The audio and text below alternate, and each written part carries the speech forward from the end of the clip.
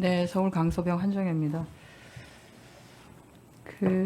어제 저희가 질의한 내용 중에서 후보자께서 보건복지위원장으로 계실 때 출판기념회 연거 관련해서 제가 사실 이제 이렇게 상임위하거나 이런 인청할 때 특정 의원을 지정하거나 해서 하는 걸 별로 안 좋아하는데요.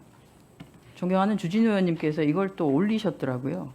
김영란법 위반이라고 아예 명명하셔서 보건복지위원장이 출판기념회를 하고 의료 관련 협회 등 수많은 이해관계자로부터 봉투를 받았다. 김영란법 위반이 의심된다라는 표현도 쓰지 않았습니다.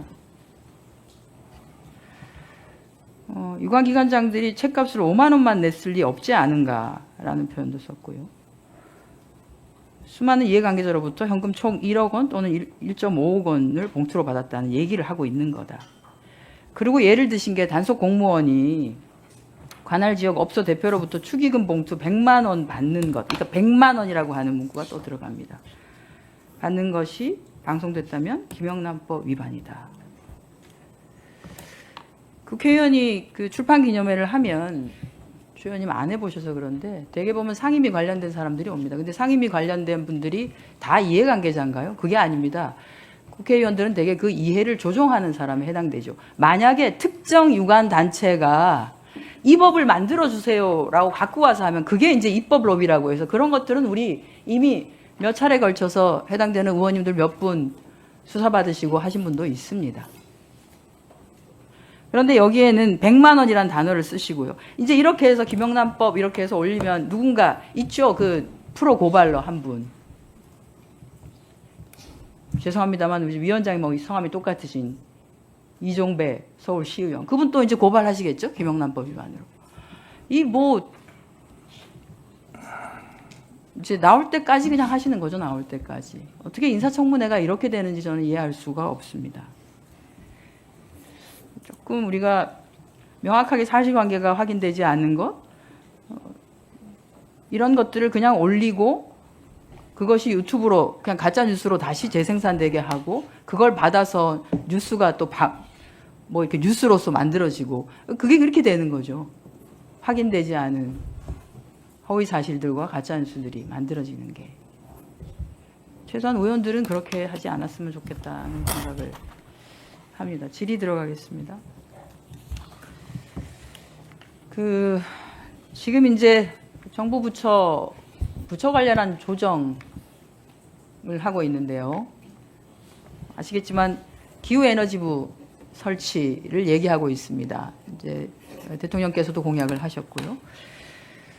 그런데 기후에너지부를 설치를 할 때 그냥 간단하게 하겠습니다. 지금 현재는 이제 감축에만 초점을 맞추어서 에너지 전환이 급하다. 그리고 어떻게든 탄소를 줄이기 위한 데 초점을 맞추자라고 해서 에너지 파트를 어디로 가느냐를 고민을 하고 있는 것 같은데 실제로는 감축도 중요합니다만 지금은 적응이 훨씬 더 많이 광범위하고 중요해지고 있습니다. 왜냐하면 이미 이제 탄소는 많이 배출이 되어 있는 상태이기 때문에 우리가 다양한 방식으로 재난이 우리에게 다가옵니다.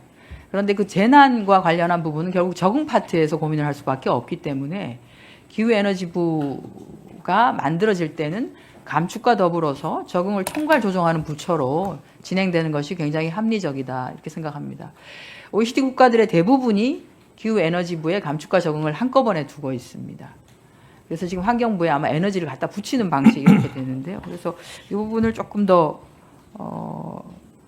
신경을 써주시면 좋겠다라는 말씀을 드리겠습니다. 혹시 후보자님 관련해서 네, 굉장히 중요한 내용이고요. 기후에너지부로 앞으로 조정될 것으로 예상되는 환경부의 장관으로 우리 김성환 의원님이 지명되셨지 않습니까? 김성환 의원님이 굉장히 정책적 역량이 있는 분이고 특별히 제가 우연한 기회에 본인이 지명이 될 것을 예상하지 못했던 때에 저 기후에너지부가 만들어지는 것만으로도 본인은 가슴이 뛴다. 라는 얘기를 하시는 것을 제가 들었던 적이 있어서 잘 역할해 주셨으면 좋겠다. 굉장히 잘 준비되어진 그런 장관 후보자이다라고 제가 생각을 하면서 거기에 한정혜 의원님은 또 직접 경험이 있으시기 때문에 제가 총리가 되어 정식으로 활동하게 되면 꼭 좀 별도로 말씀을 여쭈면서 하나하나 좀 반영을 해가도록 하겠습니다. 네. 그리고 어제 이제 후보자께서 말씀하신 것 중에 총리가 위원장이 되거나 또는 최종적으로 조율의 권한을 가진 것에 대해서는 굉장히 적극적으로 검토하고 하겠다라고 하는데요. 그것과 관련해서 탄소중립 녹색성장위원회 위상 권한 강화 필요가 있습니다. 지금은 심의 의결 기능이 있다라고 하지만 이게 형식적인, 왜냐하면 행정위원회가 아니기 때문에 그렇습니다. 그렇다라고 행정위원회로 가는 것도 쉽지 않은데요. 다만 여기에서 우리가 권한을 조금 강화시킬 수 있는 방법은 재정관리 파트하고 이행점검 파트를 통해서 각 부처가 하고 있는 실질적으로 온실가스 감축과 관련된 부분이 얼마나 열심히 하고 있는지를 체크하고 밸런스를 맞출 수 있습니다. 재정관리 파트는 그 온실가스 감축 인지 예산 제도가 있습니다. 이것들을 통해서 각 부처의 기후 관련 예산과 연계해서 배분하거나 조정하는 역할을 실제로 탄소중립 녹색성장위원회에서 할 수가 있고요. 또 하나는 실제 그렇게 하고 난 뒤에 이행 점검을 통해서 각 부처가 그러면 기후정책 이행 사항을 제대로 했는지를 점검해서 그 결과에 따라서 개선하라고 권고하고 그것이 잘 이루어지지 않았을 때 그 권고 사항을 국회로 보고해서 해당 상임위에서 오히려 체크가 될 수 있도록 한다라고 하면 지금보다는 훨씬 더 탄소중립 녹색성장위원회의 위상이 강화되고 권한이 강화될 수 있지 않을까 생각합니다. 이것과 관련해서는 조금 더 위상을 강화하는 방식이 있는데요. 그 과거 이명박 정부 때 녹색성장위원회의 운영 방식이 있습니다. 그러니까 기후환경 비서관, 청와대에 있었던 비서관이 아예 그 탄소중립 녹색성장위원회의 사무차장을 맡는 방식이시죠. 사무처장을 맡는 그 겸임을 하는 방식으로 해서 오히려 대통령에게 직보가 가도록 해서 실질적으로 탄소중립 부분은 굉장히 중요하기 때문에 대통령이 또 조금 챙길 수 있도록 하는.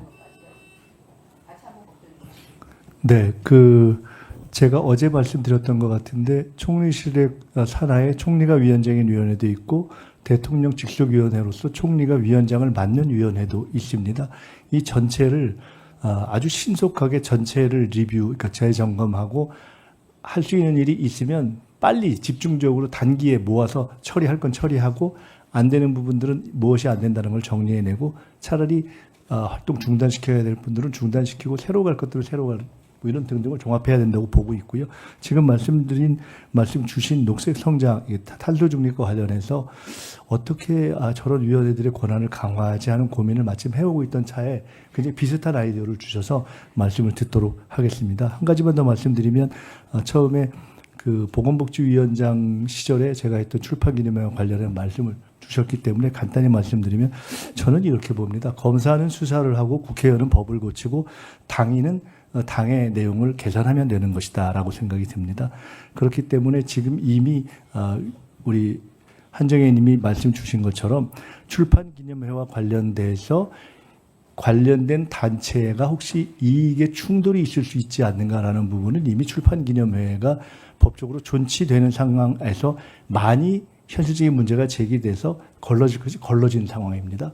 따라서 출판기념회 자체를 법적으로 없애지 않는 한 그 부분은 현재 나와 있는 법적 제도 하에서 진행이 되고 있는 것이고 만약 그것에 문제가 있어서 근본적으로 바꿔야 되겠다고 생각하는 국회의원님이 계신다면 그것은 법으로 없애면 되는 것이고 어떤 당에 소속한 분이 계신다면 그 당의 당대표들을 포함해서 출판기념을 하지 말라고 당론으로 정의하시면 되는 것이고 또 아니면 검사에게 수사를 권하시면 되는 것인데 그동안에는 통상 프로고발러가 문제 제기하고 또 그 전후 과정에 특정 정당의 의원들이 있다가 그것을 특정한 의사를 가진 정치검찰로 표현되는 부분에 의해서 작동되는 일종의 편파수사 카르텔로 작동됐던 경험들이 있어서 앞으로 새 정부에서는 그런 일이 일어나지 않도록 하면서 동시에 앞으로도 그러한 또는 현재에도 그런 편파수사 카르텔이 진행이 되는 것으로 사실상 보이고 동일한 사건을 동일한 게 한쪽에서는 수사가 진행되고 한쪽에서는 진행이 안 되는 이런 등등이 있다면 그 자체가 사실상 수사 대상으로 봐야 되는 것이 아니냐라는 정도로 엄하게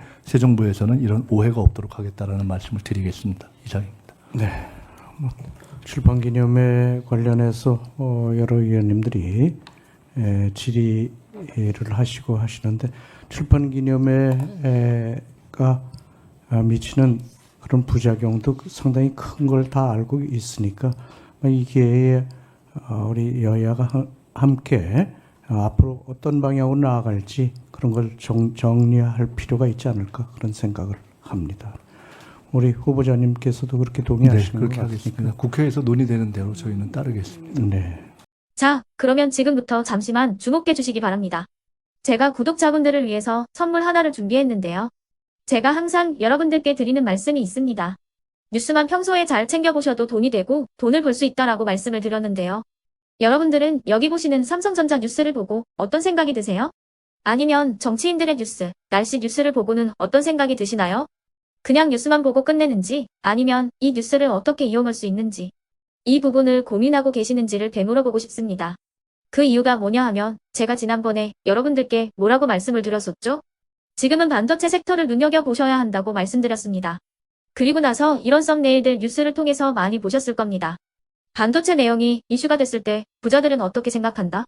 반도체 관련주들은 뭐가 있는지, 어떤 종목이 가장 좋은지, 어디에 투자해야 돈이 몰리는지 자연스럽게 생각한다고 제가 말씀을 드렸죠.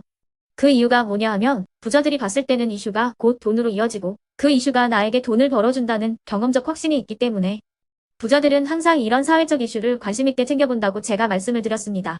이번에도 마찬가지인데요. 제가 지난번에 시청자분들과 함께하는 주식으로 수익 내기 이벤트를 진행했었죠. 당연히 100% 무료로 진행을 했었고요. 여기 보시면 아시겠지만 제가 지난번에도 구독이라고 보내주신 모든 시청자분들께 반도체 관련주 중에 가장 크게 급등할 딱 한 종목, 많은 종목도 아니라 한미반도체 한 종목을 여러분들께 추천드렸어요. 그러면서 여기 나와 있는 대로 정확히 얼마에 매수해야 하는지, 그리고 수익률이 어느 정도 나왔을 때 팔아야 하는지를 이런 부분들까지 여러분들에게 정확히 알려드렸었는데 지금 실제로 어떻게 되었다? 오른쪽을 보시면 아시겠지만 제가 지난번 문자 발송으로 이 한미 반도체를 소개해드리고 나서 실제로 이렇게 5배 이상 어마무시한 상승이 나왔습니다. 100만 원만 투자를 했어도 무려 500만 원이 넘는 수익금이 생긴 거죠. 그래서 당시에도 굉장히 많은 분들이 제가 드린 이 한미 반도체로 수익을 내실 수가 있으셨을 텐데요. 다시 한번 축하드린다고 말씀을 드리겠고 이번에도 마찬가지입니다. 앞으로도 2024년, 2025년 계속해서 기대해볼 섹터는 AI입니다. 그 중에서도 AI 반도체는 그 누구도 부정할 수 없는 미래 성장 산업입니다. 그러면 우리가 어떻게 생각해 볼 수 있을까요? AI 반도체 종목 중에 앞으로 크게 대장 역할을 하면서 10배 이상 급등할 수 있는 텐베고 종목을 지금부터 열심히 추적해야 한다는 겁니다. 큰 돈을 투자하지 않더라도 월급의 일부분 아주 소액이라도 이 종목을 모아가야 수백 %의 수익률을 손에 쥘 수 있는 것이죠. 지금 여러분이 보고 계시는 이 유튜브 또한 AI 반도체와 아주 밀접한 연관이 있고 반도체야말로 대한민국의 핵심 산업으로 앞으로 더더욱 시장은 성장할 수밖에 없습니다. 그렇기 때문에 제가 이번에도 뭘 보내드리고 있냐면 지난번과 똑같이 구독이라는 문자를 보내주시면 제가 AI 반도체 관련주 중에 앞으로 대장주 역할을 하면서 주가가 가장 크게 급등할 한 종목을 여러분들께 문자 발송으로 종목명과 사고 파는 시점을 모두 알려드릴 건데요. 그 문자를 받고 여러분들이 주식으로 돈 버는 연습을 한번 해보셨으면 좋겠고요. 혹시라도 나는 주식을 하지 않는다 하시는 분들은 주변에 주식하시는 지인분들에게 말씀을 해주셔도 되고요. 아니면 연세가 있으셔서 투자가 어렵다 하시는 분들은 이 종목을 자녀분들에게 한번 사봐라. 이걸로 한번 수익을 내봐라. 이렇게 조언을 해주실 수도 있는 거겠죠. 그래서 지금 이 영상을 보시는 시청자분들 중에 나도 이번 종목이 좀 궁금하다 하시는 분들은요. 누구나 상관없이 그리고 어느 시간대나 상관없이 부담 없이 010-2514-5930번으로 구독이라는 문자 보내주시면 제가 이번에도 똑같이 무료 추천 급등주 문자를 보내드리겠습니다. 이해되시겠죠? 제 번호 010-2514-5930번으로 구독이라는 문자 보내주시면 여러분들이 직접 이슈를 통해서 돈 버는 연습을 해보실 수가 있는 거고 제가 돈을 받는 것도 아니고 투자를 대신해 드리는 것도 아니기 때문에 부담 없이 신청해 주시면 되는 겁니다. 그리고 수익이 나면 저는 다른 것은 하나도 바라지 않습니다. 제 채널에 구독, 좋아요 한 번씩만 눌러주시라 이렇게 다시 한번 말씀을 드리겠습니다.